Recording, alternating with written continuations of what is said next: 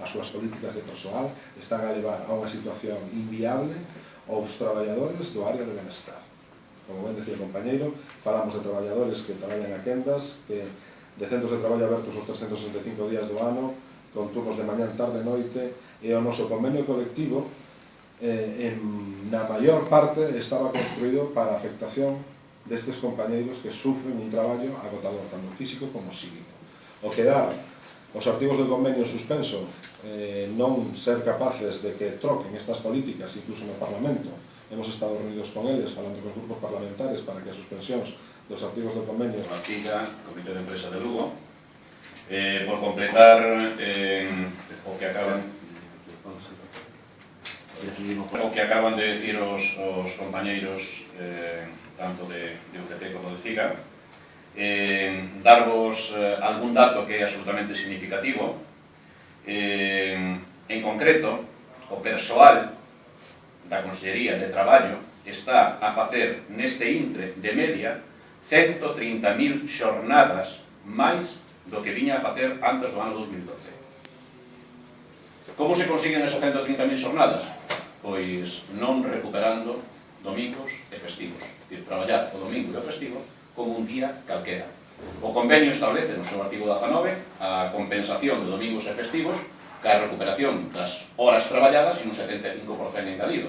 Ese 75% engadido foi sacado pola Lei 1/2012 aprobada polo Parlamento de Galicia, que suprime o artigo 19 do convenio temporalmente, e iso supón o feito de que os traballadores, os mismos traballadores, que non son os mismos traballadores, e os mismos traballadores que había, fan 130.000 xornadas máis no ano. Bueno, eu son San Carlos Ansia, son da CIGA, do Comité de Empresa de Coruña, e, bueno, son traballador da residencia de maiores de Volta do Castro de aquí de Santiago de Compostela. Entón, bueno, nos un pouco aquí estamos delegados e traballadores de todos os centros e de todos os comités das 4 provincias para dicirle a conselleira que minte, que claramente que minte, o sea, que ou minte ou ainda é peor, ou é unha ignorante, o sea, ou é unha mentirosa ou é unha ignorante,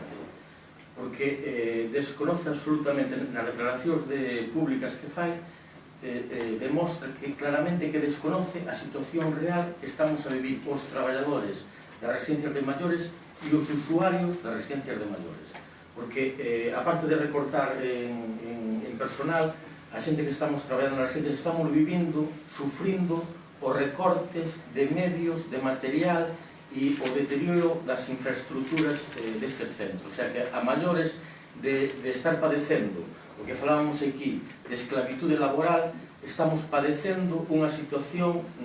de estrés por non poder darlle ás persoas maiores que son usuarios dos nosos centros toda a calidade de vida que necesitan, a calidade de vida mínima, e vemos como cada día se recorta os medios que había, o material que había, se recortan máis e máis, e a conselleira, por un acto de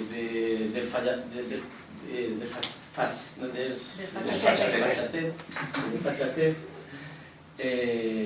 pois dice públicamente que non pasa nada, que estamos traballando moi ben dentro dos marxes, dos horarios, que nos dice que non pasa nada. E nós dicimos que pase por alguna residencia, que fale cos traballadores ali, que non fale cos sindicalistas, se quere, se os sindicalistas parece que non nos pode ver ou que somos un ogro para ela, pois que veña ao centro de traballo, que fale cos usuarios, que fale cos residentes e que fale cos traballadores que están ali traballando. E iso a conselleira non o fai. A conselleira non o fai porque eu creo que ten medo